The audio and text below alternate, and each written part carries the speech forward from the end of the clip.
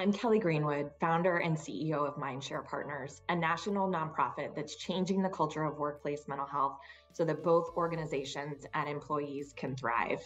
I'm honored to share my personal mental health story about anxiety and depression, and more recently, grief and burnout, alongside other C-suite leaders as part of Mindshare Partners' Leaders Go First campaign.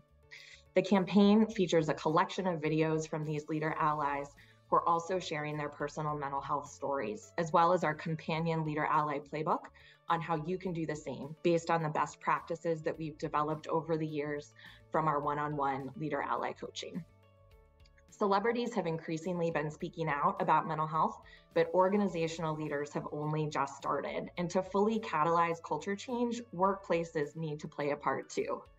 And let's be honest, everyone has a story of some kind when we think of mental health as a spectrum, just like physical health.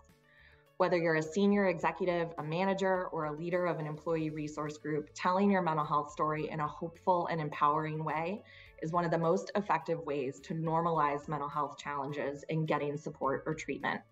It also creates a culture of safety, enabling workers to feel comfortable talking about their mental health if they want to. This campaign is personally important to me because I founded Mindshare Partners in 2017 to create the resources that I wish my organization, managers, and I had had when I was struggling with my own mental health. One of the things that would have helped me back then was knowing leaders who'd also struggled. I would have felt a lot less alone and definitely more hopeful that I could move through my challenges and still be successful. In fact, the decision to start sharing my own personal mental health story was one of the hardest ones that I made. And in fact, the hardest one I made when I was debating whether to start a workplace mental health nonprofit, which I knew deserved a leader who was willing to be vulnerable. And while I figured out how to manage the generalized anxiety disorder that I've probably had since I was a kid, it has twice led to debilitating depression, both times driven largely by work-related anxiety. Over a decade ago, I was forced to take a leave of absence when I could barely even craft an email. I thought my career was over since at that time I didn't know anybody who'd been in a similar situation, and that only made my anxiety worse.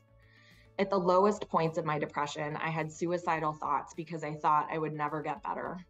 I've always been extremely high performing. I graduated Phi Beta Kappa from Duke. I went to business school at Kellogg and worked in management consulting and had other competitive jobs. My anxiety actually fueled a lot of my ambition and was an asset in that respect. I had a lot of embarrassment, shame, and self-stigma, and I didn't think that successful people had mental health conditions, so I did my best to hide my anxiety, especially at work, since I was terrified about professional repercussions. And now that I'm open about my mental health challenges, I'm amazed at how many people have emerged who are eager to share their stories in return. By far the hardest thing I've ever had to do is learn how to manage my anxiety. And I did that through a lot of frustrating trial and error with different medications, combined with hard-won tools and skills from therapy. In the last few years, I've also faced grief and burnout. For me, 2020 was already an awful year, even before COVID hit, starting with the unexpected loss of my dad due to heart issues, who was my biggest cheerleader.